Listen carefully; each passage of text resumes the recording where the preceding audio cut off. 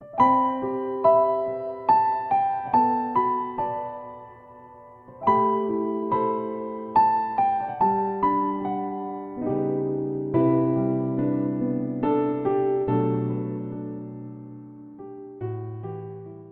말씀의 제목 한번 따라서 하시기 바랍니다. 주님이 지켜주신다. 아랍 속담에 이런 말이 있습니다. 해만 밝게 비치고 비가 오지 않으면 사막이 된다. 여러분, 이 말은 만약 우리 삶이 항상 편안해요, 항상 문제가 없어요, 참 좋은 것 같지요. 그런데 그렇게 살아가다 보면 우리의 삶은 사막처럼 메마르게 되고 삶의 깊이도 없게 되고 또 영적으로 인격적으로 성숙함도 생겨지지 않는다는 것입니다. 그래서 우리 삶은 좋은 때도 있지만 나쁜 때, 이것도 우리가 함께 경험할 필요가 있다는 거죠.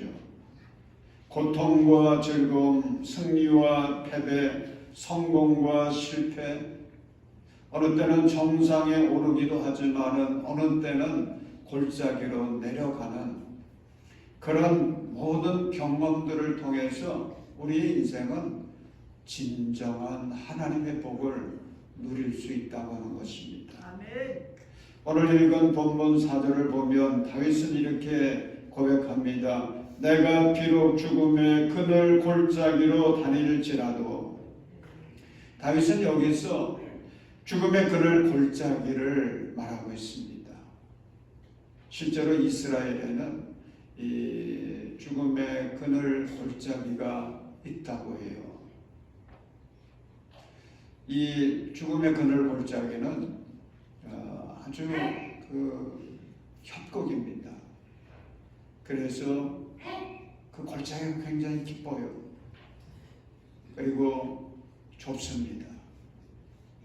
그래서 그 조모 때 해가 이제 이 중천에 떠 있을 때나 그 밑에 햇볕이 비추게 되지, 다른 때는요 햇볕이 비치질 않아서 어둡다는 겁니다. 아마 다윗도 양을 칠 때에 양떼를 이끌고 이 죽음의 그늘 골짜기 여기를 지나다녀 본 경험이 있을 것 같아요. 근데 성경에서 여러분 골짜기라고 하는 말을 많이 우리가 볼 수가 있지 않습니까? 근데 골짜기는 지명을 이야기도 하지만은 또 때로는 우리 삶의 가장 어려운 때, 역경의 때, 이럴 때를 골짜기라는 말로 표현할 때가 많이 있는 것을 알 수가 있습니다.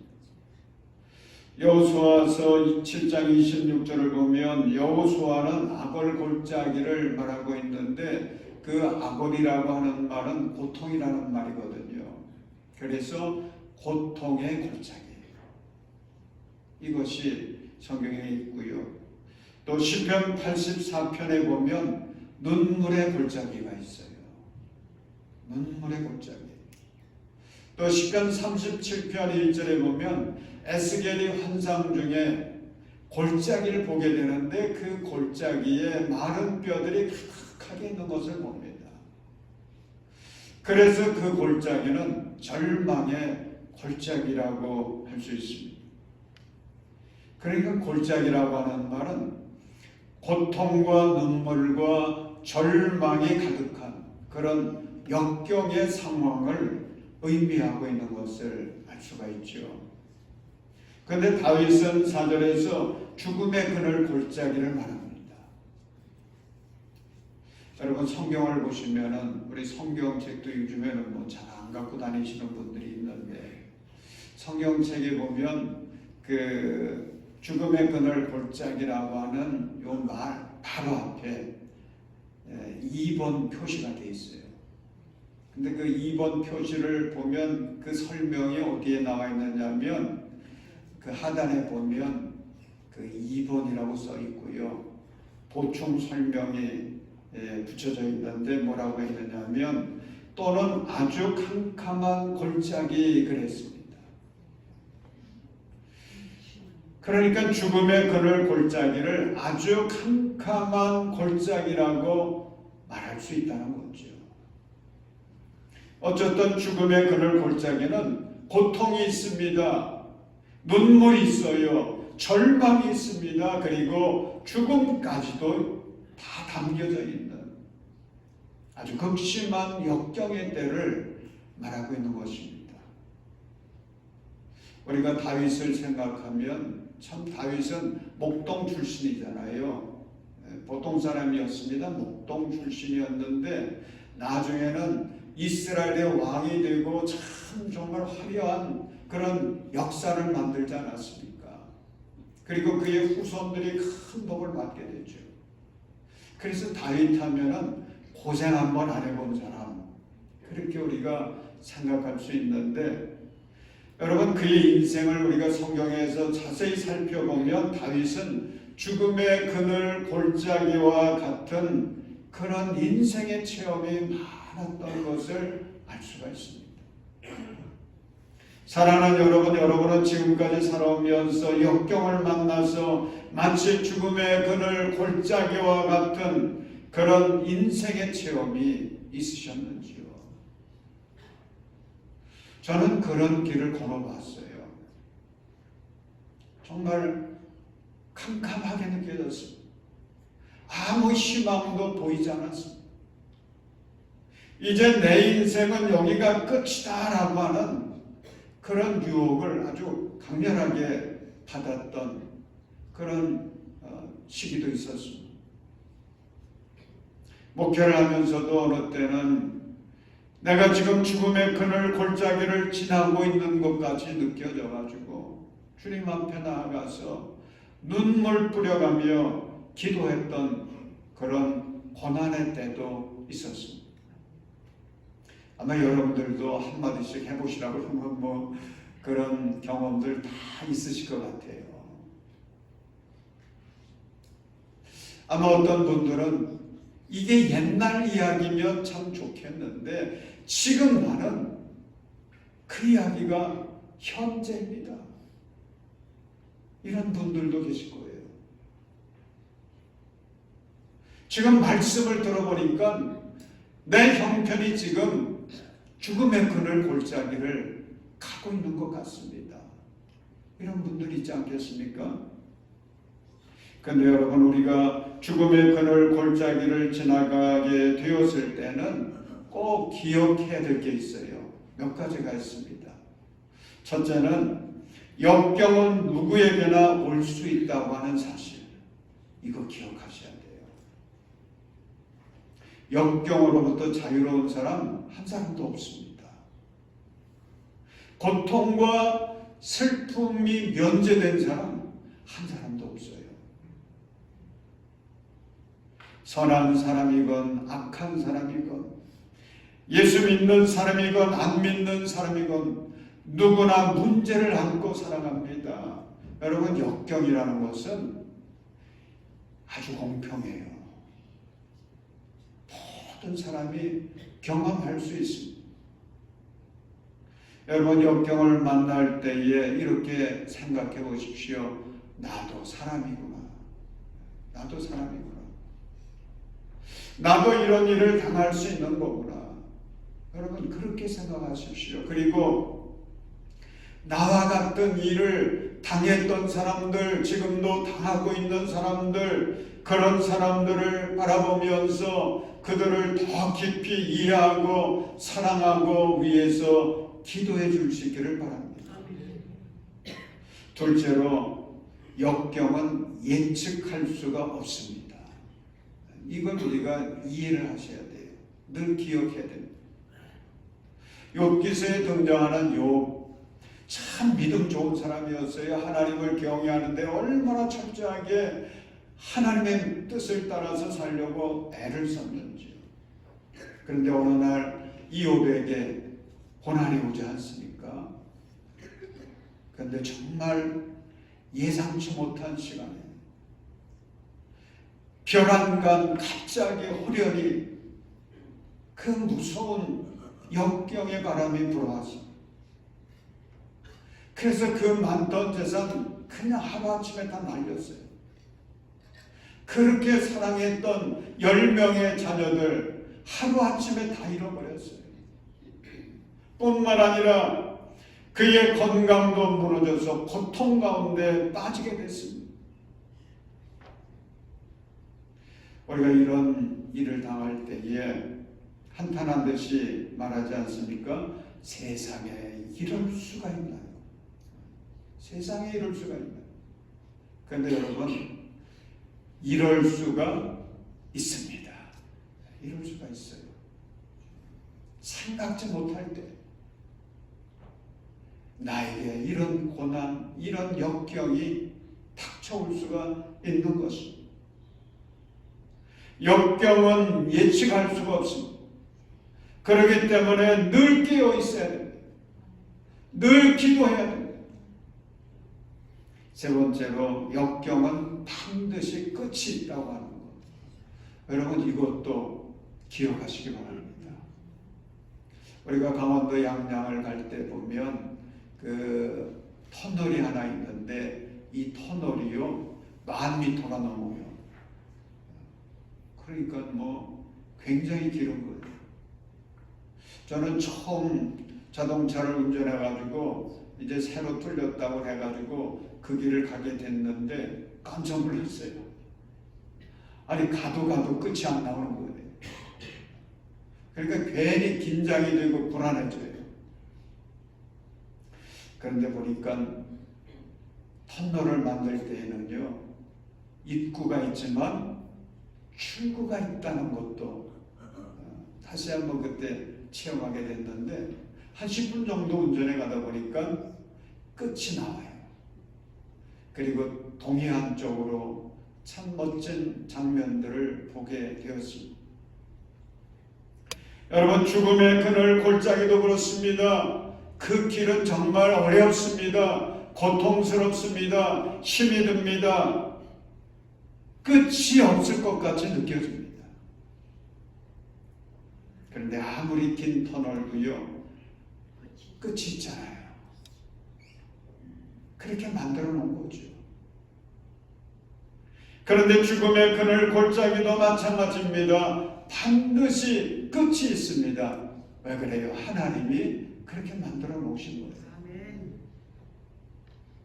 그래서 바울 사도는 고린도후서 1장 10절에서 이렇게 고백하고 있습니다. 우리 1장 10절 말씀 함께 읽겠습니다. 하나님께서는 이렇게 위험한 죽음의 고비에서 우리를 건져주셨고 지금도 건져주십니다. 또 앞으로도 건져주시리라는 희망을 우리는 하나님께 두었습니다. 아멘.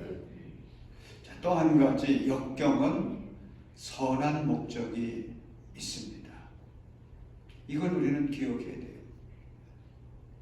하나님은 우리에게 역경을 주시는데, 죽음의 그늘 골짜기를 통과하게 하시는데 선한 목적을 갖고 역경을 주세요. 여러분, 베드로전서 1장 6절 7절 말씀 우리 함께 읽겠습니다. 그러므로 여러분이 지금 잠시 동안 여러 가지 시련 속에서 어쩔 수 없이 슬픔을 당하게 되었다 하더라도 기뻐하십시오. 7절. 하나님께서는 여러분의 믿음을 단련하셔서 불로 단련하지만 별로 없어지고 마는 금보다 더 귀한 것이 되게 하시며 예수 그리스도께서 나타나실 때에 여러분에게 칭찬과 영광과 존귀를 얻게 해 주십니다. 자, 베드로가 지금 우리에게 주시는 말씀을 보십시오. 우리가 지금 당하고 있는 이 시련, 이 슬픔, 이건 우리를 무척 힘들게 하죠. 그런데 그것은 잠시 동안이라고 했습니다. 잠시 동안. 그러면서 하나님께서 우리에게 이 역경을 주시는 이유와 목적에 대해서도 말씀해 주시고 있는데, 여러분, 역경은요 우연히 일어나는 게 아니에요. 재수가 없어서 생겨지는 게 아니에요. 내 팔자가 드세서 내가 이런 역경을 만나는 것이 아닙니다. 여기에는 하나님의 선하신 뜻이 있어요. 하나님께서 그 역경을 통해서 우리의 믿음을 연단시키십니다. 단련시키세요. 그래서 우리가 금보다 더 귀한 온전한 그리스도인이 되게 하시려고 하는 하나님의 계획과 섭리가 있는 것입니다. 아멘. 여러분, 사람이 믿음이 있건 없건 공통적인 게 있어요. 저도 마찬가지예요.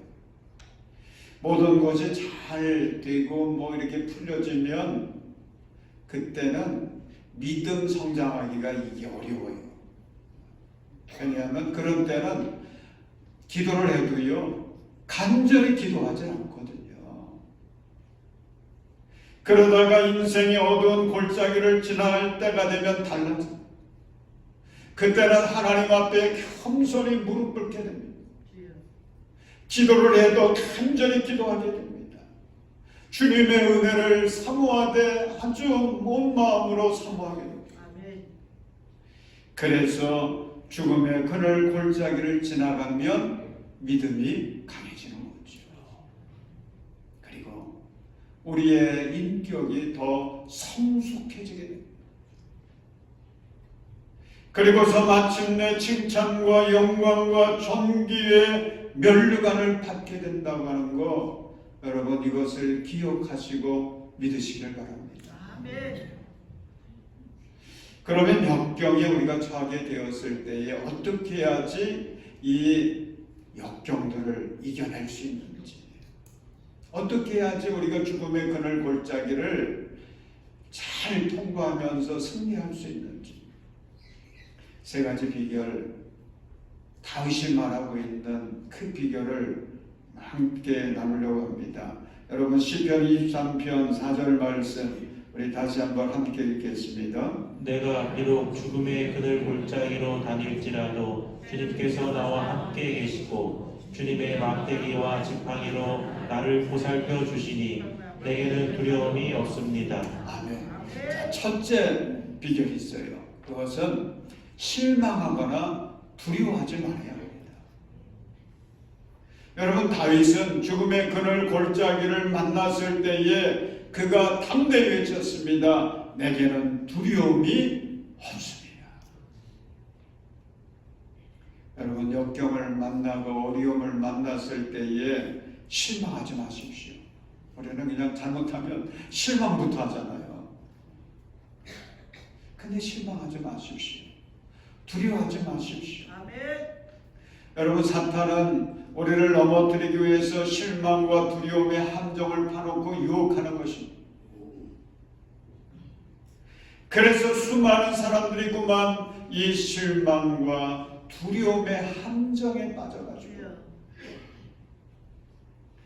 아예 삶을 포기해버리는 사람들이 얼마나 많습니까? 될 대로 되라고 하며 불행에 매여 살아가는 그런 불쌍한 영혼들이 얼마나 많습니까? 그러나 주님 안에서 역경의 원리를 기억하면서 살아가는 믿음의 사람들은요, 사탄이 넘어뜨려오고 유혹해와도 실망의 구렁텅이에 빠지지 않습니다. 두려움의 함정에 빠지지 않습니다. 왜 그렇습니까? 구세주이신 예수님을 바라보며 살아가기 때문에 그렇습니다. 아멘. 여러분 예수님 보십시오. 예수님 십자가의 사명을 앞에 놓고 그 마음이 심히 고통스러우셨습니다. 예수님은 만민을 구원하시기 위해서 이 땅에 인간의 몸을 입으시고 찾아오셔서 얼마나 많은 사랑을 베풀어 주셨는지, 얼마나 풍성한 은혜를 베풀어 주셨는지요. 그랬는데 사람들이 배신합니다. 여러분 예수님의 제자들만 생각해도 그러지 않습니까? 예수님과 3년 동안이나 동고동락했어요. 예수님으로부터 직접 가르침을 받았습니다. 그리고 놀라운 역사들을 눈으로 보았습니다. 그런데 그런 제자들이 예수님이 십자가를 지게 될 때에 배신하지 않습니까? 은삼십냥에 팔아버립니다. 절대로 어떤 일이 있어도 나는 주님의 곁을 떠나지 않겠다고 큰 소리 쳤던 제자들, 예수님이 십자가를 지게 되었을 때에 베드로부터 3번을 부인합니다. 다들 도망갑니다. 이걸 예수님은 다 알고 계세요. 그러니 얼마나 실망스럽겠어요. 근데 보십시오. 예수님은 실망하지 않으셨어요. 끝까지 제자들을 사랑하시면서 담대하게 사명의 길을 가셨습니다.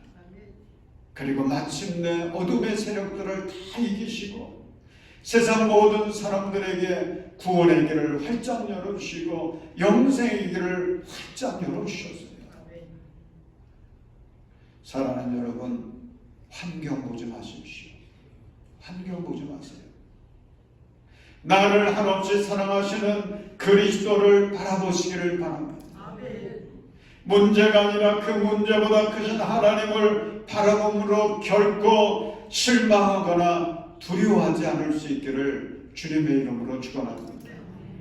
두 번째로 역경의 때에 승리하기 위해서는 하나님께서 나와 함께 계심을 늘 기억해야 됩니다. 주님이 나와 함께 계신다. 이걸 늘 우리가 기억하고 믿어야 됩니다. 다윗은 죽음의 그늘 골짜기를 지날 때에 주님의 약속을 생각한 것입니다. 그래서 믿음을 가지고 주님께서 나와 함께 계시고 그렇게 고백하고 있어요. 여러분, 하나님은 항상 우리와 함께 하시겠다고 약속하지 않았습니까? 우리를 향한 하나님의 약속이 분명해요. 여러분, 이사야서 43장 2절을 보시기 바랍니다. 우리 이 말씀 함께 읽겠습니다. 내가 물 가운데로 건널 때에 내가 너와 함께하고 내가 강을 건널 때에도 물이 너를 침몰시키지 못할 것이다. 내가 물 구석을 걸어가도 불리지 않을 것이며 불꽃이 너를 태우지 못할 것이다. 아멘. 내가 너와 함께할 거야. 어떤 상황에서도, 물 속에서도 불 속에서도 내가 함께할 거야. 여러분, 우리 주 예수님도 함께 하시겠다고 약속하셨습니다. 마태복음 28장 20절 말씀 우리 함께 읽습니다.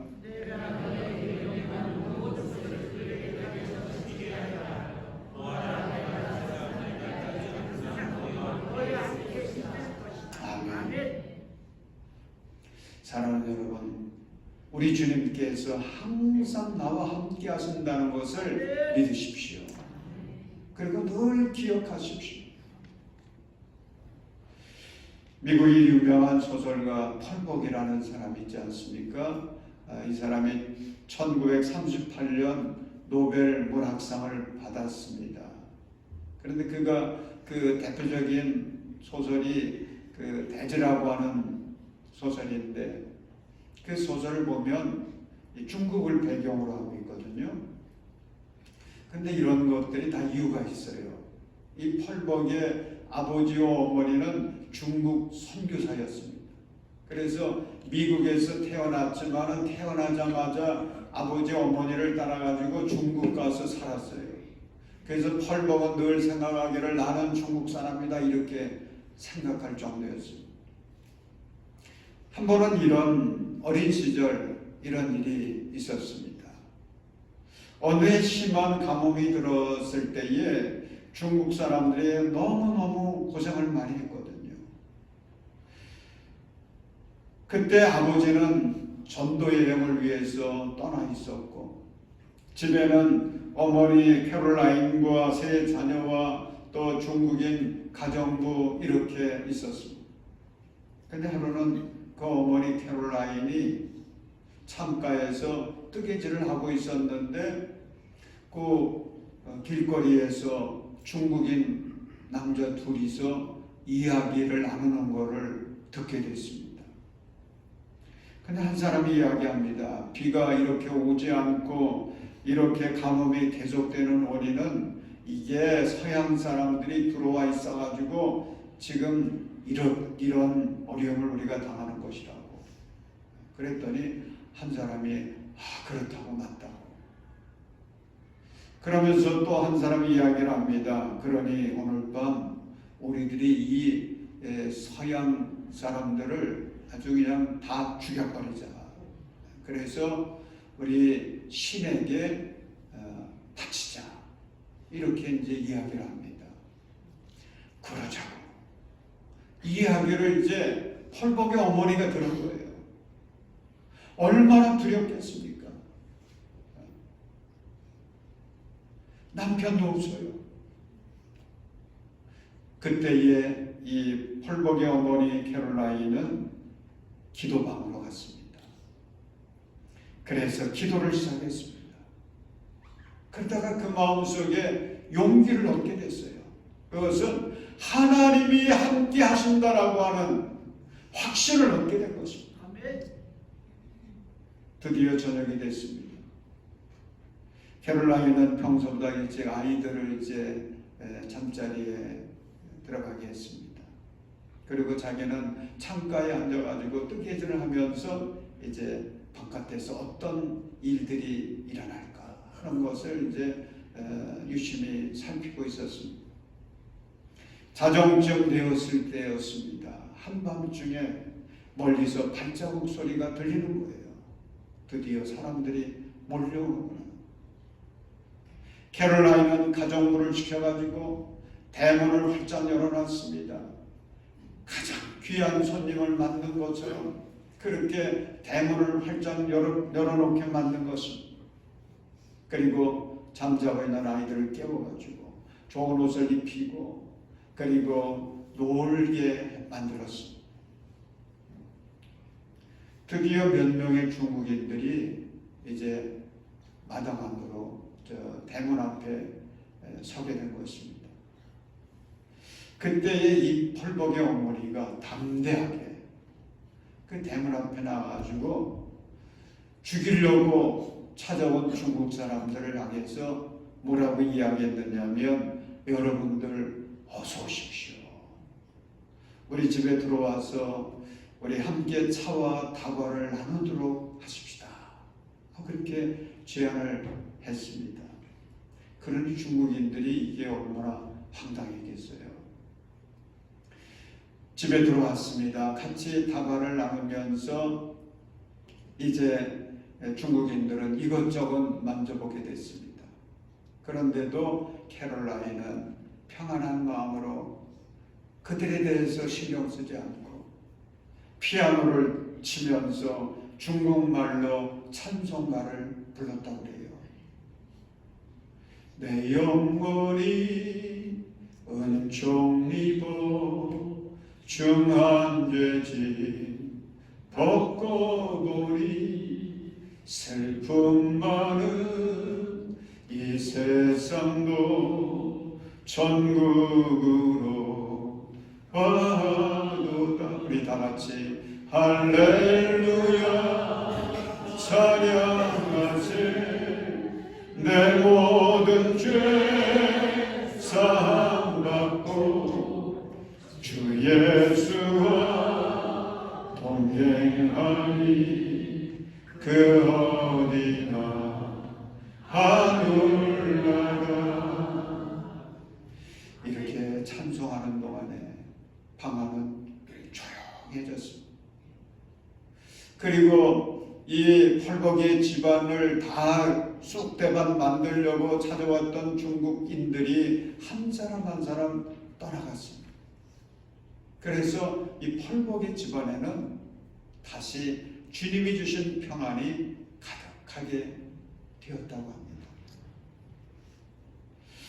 여러분, 펄복의 그 어머니 어떻게 이 순간 이렇게 담대할 수 있었겠어요? 다른 이유 아닙니다. 하나님이 나와 함께 하시고 우리 가정과 함께 하신다라고 하는 거, 그것을 확신했어야 돼요. 용기가 생긴 거예요. 마음이 그 어렵고 힘든 상황 속에서도 평안해질 수 있었고, 그러다 보니까 지혜가 생겼던 것입니다. 사랑하는 여러분, 비록 우리가 역경의 골짜기로 가고 있지만 우리는 홀로 가는 것이 아닙니다. 선하시고 전능하신 하나님께서 우리와 동행하여 주십니다. 우리를 위해서 생명까지 아끼지 않고 내어주셨던 예수님께서 우리와 함께 하시는데 언제까지라고 했습니까? 세상 끝날까지. 그것도 항상이라고 했어요. 항상. 순간순간 끊임없이 함께 하시겠다고 약속하신 것입니다. 사랑하는 여러분, 주님이 나와 항상 함께 하고 계심을 믿으시기 바랍니다. 그 믿음으로 나아가십시오. 세 번째로, 역경일 때에 승리하기 위해서는 하나님께서 나를 도우시고 지켜주신다는 것을 믿어야 합니다. 이 믿음이 필요해요. 여러분, 목자는 원수들이, 맹수들이 양떼들을 막 습격해가지고 잡아먹으려고 이럴 때에 목자는 가만히 있지 않잖아요. 자기가 가지고 있는 그 막대기 지팡이, 지금 다윗이 목동 출신이기 때문에 그거 너무 잘 알거든요. 경험해 봤거든요. 막대기와 지팡이를 가지고 양들을 돌봅니다. 양들을 지키려고 목숨을 거는 거예요. 여러분, 이게 목자예요. 여러분, 이것이 선한 목자이신 우리 하나님이세요. 다윗을 보십시오. 그는 인생의 길을 가면서 죽음의 그늘 골짜기와 같은 위기의 순간들이 얼마나 많았는지 우리 알잖아요. 그런데 그때마다 주님이 함께 하셨습니다. 그를 돌보아 주셨습니다. 그를 지켜주셨습니다. 이 놀라운 은혜를 그는 체험했던 것입니다. 그래서 지금도 찬송하는 거예요. 내가 비록 죽음의 그늘 골짜기로 다닐지라도 주님께서 나와 함께 계시고 주님의 막대기와 지팡이로 나를 보살펴 주시니 내게는 두려움이 없습니다. 사랑하는 여러분, 하나님을 믿는 우리도요, 다윗처럼 우리도 고통의 골짜기를 지날 때가 있어요. 눈물의 골짜기를 지날 때가 있습니다. 절망의 골짜기를 지날 때가 있습니다. 어느 때는 죽음의 그늘 골짜기를 지날 때도 있습니다. 그러나 실망하지 마십시다. 그런 문제 앞에 섰다고 여러분 두려워하지 마십시다. 왜냐하면 우리에게는 나보다 나를 더 존귀하게 여기시는 하나님이 계세요. 나보다 나를 더 사랑하시는 좋으신 하나님이 나와 함께 하소서 나를 지켜주시고 나를 돌보아 주십니다. 우리는 그 믿음 가지고 찬송가 382장을 늘 부르며 담대하게 전진하십시오. 너 근심 걱정 말아라, 주 너를 지키리. 어려운 낙심될 때에 주 너를 지키리. 너 쓸 것 미리 하시고 주 너를 지키리. 어려운 시험 당해도 주 너를 지키리. 사랑하는 여러분, 주님이 지켜주십니다. 여러분의 가정을 지켜주시고 또 우리 교회를 지켜주시고 우리 대한민국을 지켜주십니다. 여러분, 다윗과 같이 담대하게 나아가십시오. 그래서 여러분들도 다윗처럼 하늘의 복을 받고 땅의 복을 받아서 그 받은 복을 가지고 하나님의 나라를 이 땅에 세워가는데 귀하게 쓰며 사용될 수 있는 저와 여러분들 되시기를 주님의 이름으로 축원합니다. 기도하겠습니다. 사랑의 하나님, 우리가 때로는 죽음의 그늘 골짜기를 지나게 될 때가 있지만 이 시간 주님이 우리의 목자 되셔서 함께 하시고 돌보아 주시고 지켜주시겠다고 또 말씀해 주시니 감사합니다. 주님이 우리의 선한 목자가 되심을 믿고 주님을 따라 믿음으로 담대하게 하루하루 살아가기를 원합니다. 주님, 승리할 수 있도록 은혜 위에 은혜를 도하여 주시옵소서. 선한 목자 되시는 예수님의 이름으로 기도합니다.